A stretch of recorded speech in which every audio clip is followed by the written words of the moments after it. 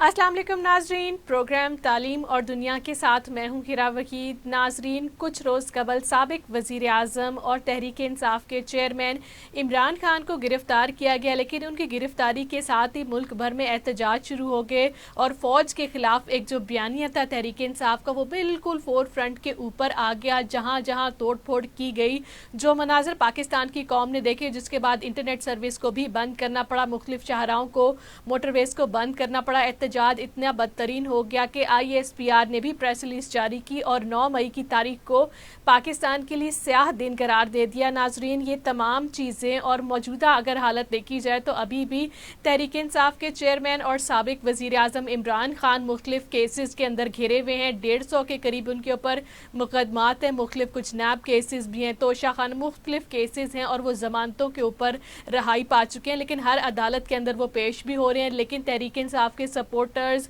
उनके workers, activist जो कि उनको फॉलो करते हैं, पाक फौज और हमारे रियासती इदारों के खिलाफ महाजराई जो है बदतरीन मकाम के ऊपर पहुंच चुकी है। आज के शो को हमने इसी हवाले से तरतीब दिया है कि इस मौजूदा सूरत हाल के अंदर तहरीक इंसाफ को क्या कलादम करार दिया जा सकता है, क्या इमरान खान की सियासत जो है वो ख़त्म की जा सकती है, या फिर अगर इलेक्शंस हो जाएं तो एक भारी अवामी मैंडेट के साथ वापस आके 2/3 अक्सरियत के साथ दोबारा इस मुल्क के वज़ीर आज़म बन सकते हैं। इस तमाम सूरत हाल के ऊपर बात करने के लिए हमने मदऊ किया है साद जुल्फ़िकार साहब को, जो कि सहाफ़ी हैं। बहुत शुक्रिया। आप क्या समझते हैं, ये सिचुएशन जितना भी इसके ऊपर मज़म्मत की जाए बहुत गलत थी, आपने इसको कैसे पाया? देखिए जी, सबसे पहले तो बात करते हैं हम जो प्रोटेस्ट हुई है मुल्क में। तो मैं ये समझता हूँ कि ये जो प्रोटेस्ट थी वो अनडेमोक्रेटिक थी, क्योंकि आपकी आर्मी आर्मी जितनी भी कमजोर हो जाए, या वो स्ट्रांग है या वो कमजोर है, कुछ भी है, मगर आपका आर्मी के ऊपर चढ़ाई कर देना इस तरह से, ये किसी भी तरीके से काबिल कबूल नहीं हो सकता। इससे दुश्मन को भी फायदा हो सकता है और आपको खुद से इंटरनली भी नुकसान हो सकता है। और वैसे भी ये तो एक तने बात हो गई इस हवाले से, मगर वैसे भी जो वायलेंट प्रोटेस्ट होती हैं वो किसी भी तरह से काबिल कबूल नहीं होनी चाहिए। हाँ, प्रोटेस्ट का हक डेमोक्रेसी में आपको दिया जाता है और आपको बिल्कुल उसको अवेल करना चाहिए, और लेकिन वो प्रोटेस्ट उस टाइम तक वो काबिल कबूल है जब तक वो वायलेंट ना हो जाए और उनको इख्तियाल अंगेजी की तरफ ना लेके जाया जाए। तो इसके अलावा आपने बात की है खान साहब की, तो इमरान खान जो चेयरमैन है तहरीक इंसाफ की और फॉर्मर प्राइम मिनिस्टर भी हैं, उन पर कुछ केसेस चल रहे हैं और कुछ नैब के केसेस हैं, कुछ इसके अलावा केसेस हैं। तो नैब ने उनको वहाँ पे बुलाया और नैब ने उनको उनके जो वारंट थे वो भी इश्यूज हुए और उनको गिरफ्तार करने की कोशिश की गई। पहले तो उनको कोशिश भी की गई और फिर उनको वहां से अदालत के हाथा अदालत से गिरफ्तार किया गया। उनकी गिरफ्तारी सही थी या गलत थी, वो एक अलग सब्जेक्ट है, मगर जिस तरह से उनको गिरफ्तार किया गया अदालत के अंदर से, वो एक मैं ये समझता हूँ कि वो एक गलत तरीकाकार था, जिस पर चीफ जस्टिस साहब ने बाद में अपना मौक़िफ़ भी दिया और चीफ जस्टिस साहब ने उनको जो वो फैसला था उसको डिस्क्वालीफाई करके इमरान खान साहब को दोबारा से रिलीज कर दिया और वो अब बेल पर हैं। साद, आप क्या समझते हैं कि जिस तरह से सुप्रीम कोर्ट ने रिमार्क्स दिए कि जो गिरफ्तारी का अमल था नैब की जानिब से वो गलत था, वो तरीक़ेकार दुरुस्त नहीं था, जब एक शख्स अदालतों के सामने पेश हो रहा है तो उसे गिरफ्तार करने की ज़रूरत नहीं है। लेकिन बात करेंगे इमरान खान की, फ़िलहाल वो अपोजिशन में हैं और उनकी पार्टी को भी खासा टफ टाइम दिया जा रहा है क्योंकि उन्होंने पार्लियामेंट के फोरम से भी इस्तीफ़े दे दिए। आप क्या समझते हैं, इसी तरह से हाई कोर्ट, सुप्रीम कोर्ट के अंदर इमरान खान के खिलाफ जो मुकदमात हैं, उनके सपोर्टर्स कहते हैं कि ये सियासी मुकदमात हैं, क्या ये आप इनको ख़त्म होता हुआ देख रहे हैं, या फिर आपको लगता है कि किसी एक केस में इमरान खान को कोई सजा हो सकती है? जी, ये जो जिस तरह की तहरीक अभी चल रही है, जिससे एक बयानिया इमरान खान साहब लेके चल रहे हैं, जिसको वो ये नाम देते हैं कि उन्होंने आज़ादी की तरफ, हमने आज़ादी की तहरीक चलानी है और इसको लेके चलना है। तो इससे पहले जितनी तहरीकें चली हैं उसकी अगर हम हिस्ट्री में जाएं तो जो उनके साथ ताकतवर लोग जिसके साथ तहरीक के होते थे, हमेशा से वो तहरीक कामयाब होती आई है। मुस्लिम मिसालें सिवाय एक तहरीक के बेनज़ीर के खिलाफ जो GDA की तहरीक थी, उसके अलावा जितनी भी तहरीकें चली हैं जिनके साथ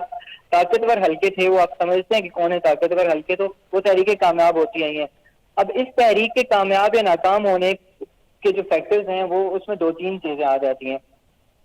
एक तो ये है कि जो जिन केसेस की आप बात कर रहे हैं, कुछ तो केसेस ऐसे हैं कि जो बिल्कुल मैं समझता हूँ कि बेबुनियाद हैं, और वो ऐसे हैं कि वो ओपन एंड शट केसेस हैं, वो तो शायद एक दिन भी ना टिक पाए। مگر کچھ کیسز ایسے بھی ہیں جس طرح کا یا تو توشہ خانہ کا کیس ہے نمبر 1، اور سیکنڈ جو القادر یونیورسٹی کا کیس ہے، یہ بھی کیس ایسا ہو سکتا ہے جس میں عمران خان کی ڈسکوالیفیکیشن ہو سکتی ہے.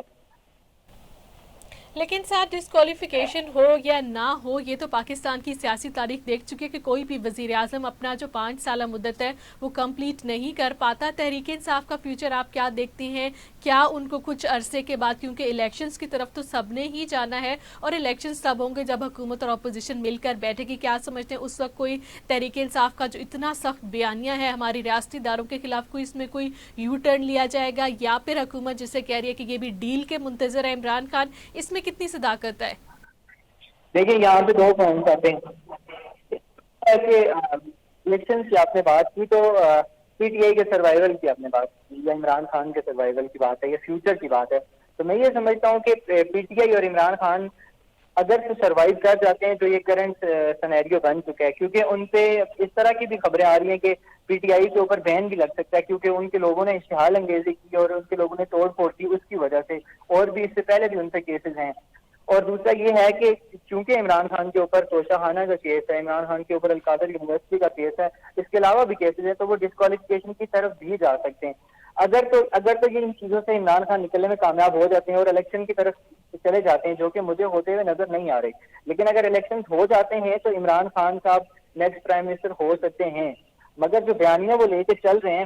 اور اس میں بھی 2 چیزیں آ جاتی ہیں کہ اگر تو وہ اپنے بیانیے سے یو ٹرن لیتے ہیں تو کیا جو پاپولیرٹی ان کو عوام میں ملی ہے، کیونکہ اس سے پہلے نواز شریف صاحب نے ووٹ کو 2 والا بیانیہ اپنایا تو عوام اس قدر تو نہیں مگر ان کے ساتھ بھی کسی حد تک ان کے ساتھ تھی. مگر جب انہوں نے وہ بیانیہ چھوڑا اور وہ اسی طرح کا بیانیہ جو ہے عمران خان نے طاقتور حلقوں کے خلاف پکڑا، تو اسی بیانیے کے ساتھ عوام ان کے ساتھ چل رہی ہے. تو اگر عمران خان یو ٹرن لیتے ہیں تو وہ شاید اپنی پاپولیرٹی جو ہے ان کی وہ کھو دیں گے، اور اگر وہ یو ٹرن نہیں لیتے تو ان کے لیے میرے خیال سے سروائیو کرنا مشکل ہوگا. ساتھ تھوڑا سا بتا دیں کہ احتجاج کا حق ہر سیاسی جماعت کو حاصل ہے، لیکن پاکستان میں جو 9 مئی اور اس کے آس پاس جو صورتحال پیدا ہوئی، جہاں پر لاہور میں بھی جگہوں کے اوپر توڑ پھوڑ کی گئی، راول پنڈی میں جی ایچ کیو کے اوپر حملہ کیا گیا، ان لوگوں کی گرفتاریاں تو اب عمل میں لائی جا رہی ہیں. آپ کیا سمجھتے ہیں کہ ایسے جتھے نکل آنا تحریک انصاف کی جانب سے، بعد میں کہنا کہ ہمارے لوگ نہیں تھے، ہمیں نہیں معلوم، ہم نے اس طرح کا کچھ بھی نہیں کہا، لیکن ایسے وقت کے اندر جب اتنی زیادہ صورتحال کشیدہ ہو جاتی ہے، آپ کیا سمجھتے ہیں کہ ایسے لوگوں کے خلاف سخت کریک ڈاؤن ہونا چاہیے؟ دیکھیں میں سب سے پہلی جو بات یہی تھی کہ جو ان ڈیموکریٹک پروٹیسٹ ہوتی ہیں یہ کسی بھی طریقے سے الاؤ نہیں کی جا سکتی، وہ چاہے وہ تحریک انصاف کی ہوں، چاہے وہ تحریک لبیک کی ہوں، یا کوئی بھی ایک جتھا جو ہے اس کو آپ جو اسٹیٹ کی ریچ ہے اس کو چیلنج کرنے کی اجازت قطعاً نہیں دے سکتے. اس طرح سے یہ ایک روایت قائم ہو جائے گی کہ کسی کا بھی کوئی بھی اگر کوئی سیاسی پوائنٹ آف ویو ہے، وہ کوئی بھی سیاسی فائدہ چاہتا ہے یا وہ کوئی بھی اپنی بات منوانا چاہتا ہے، تو وہ 1-2 ہزار بندے یا 10,000 یا 1 لاکھ بھی بندے لے کے یہاں پہ اسلام آباد سے چڑھائی کر دے اور اپنی بات منوانا شروع کر دے. تو یہ اشتعال انگیزی والی پروٹیسٹ کسی بھی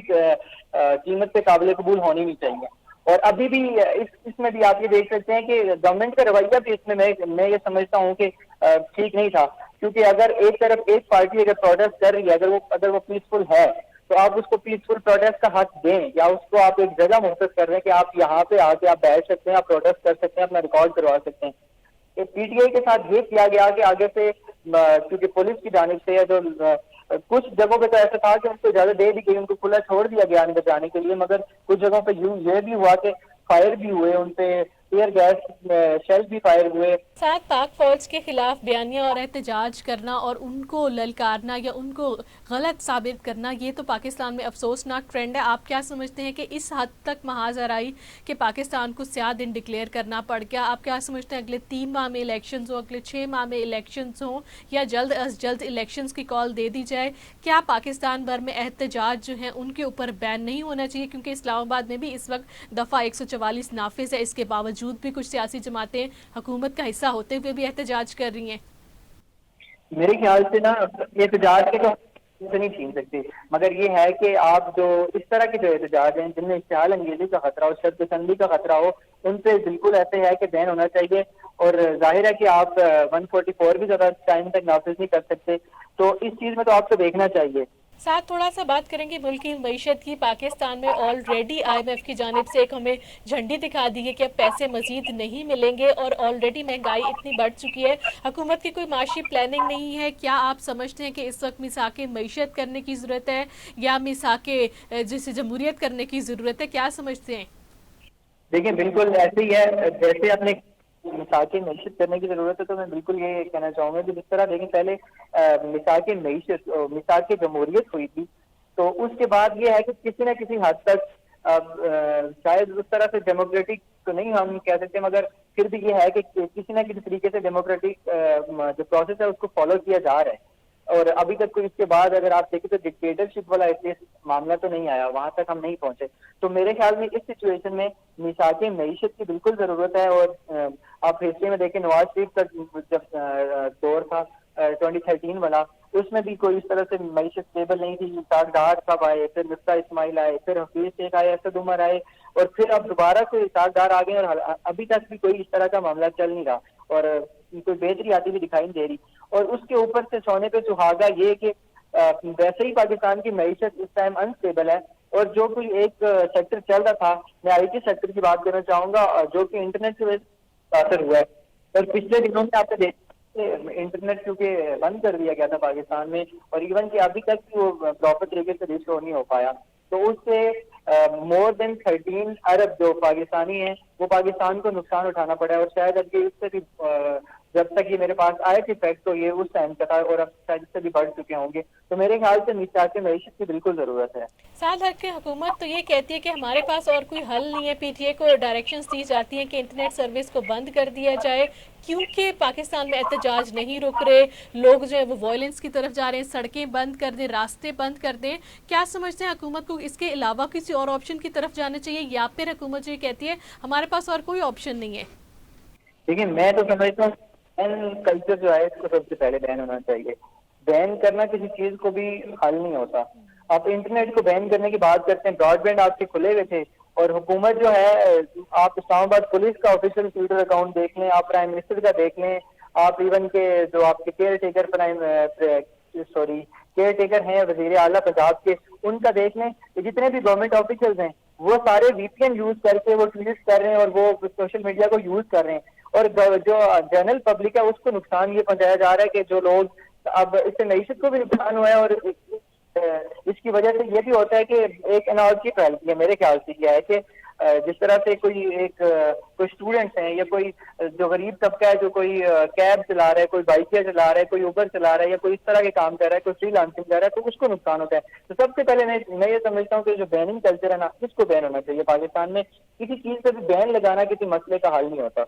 बहुत शुक्रिया व्यूवर्स, ये थे हमारे साथ जो कि सीनियर सहाफ़ी हैं। उन्होंने बड़ी डिटेल में डिस्कशन की कि पाकिस्तान में गुज़िश्ता एक हफ़्ते के अंदर होने वाले एहतजाज, हमारे रियासती इदारों के ख़िलाफ़ लोगों का बोलबाला, एहतजाज करना, सड़कों पर निकलना और इस तरह की तकलीफ़ दे वीडियोज़ का सामने आना बहुत गलत है। एहतजाज का हक़ तमाम सियासी जमातों को हासिल है, उनके कारकुनान को हासिल है, लेकिन एहतजाज के नाम के ऊपर जो है बैंक्स को आग लगा देना, गवर्नर हाउस में जाके तोड़ फोड़ कर देना, ये किसी को भी, किसी सियासी जमात को इजाज़त नहीं होनी चाहिए। और इस सिचुएशन के अंदर एक चीज़ जो है पाकिस्तानी अवाम ने देखी, वो ये था कि इंटरनेट सर्विस बंद कर दी गई, जिसकी वजह से खौफ, दहशत ज़्यादा फैलता गया और अरबों रुपए का पाकिस्तान की मईशत को नुकसान हुआ। हुकूमत बेहतर प्लानिंग कर सकती थी। हुकूमत को चाहिए था कि पहले इमरान खान की गिरफ्तारी से कबल इस हद तक सिक्योरिटी बढ़ा दी जाती कि लोग एहतजाज करने किसी मखसूस जगह के ऊपर जाते, लोग गवर्नर हाउस का रुख ना करते, लोग GHQ का रुख ना करते, और फिर हुकूमत को मजबूरन इंटरनेट सर्विस बंद करके गिरफ्तारियां इतने बड़े पैमाने के ऊपर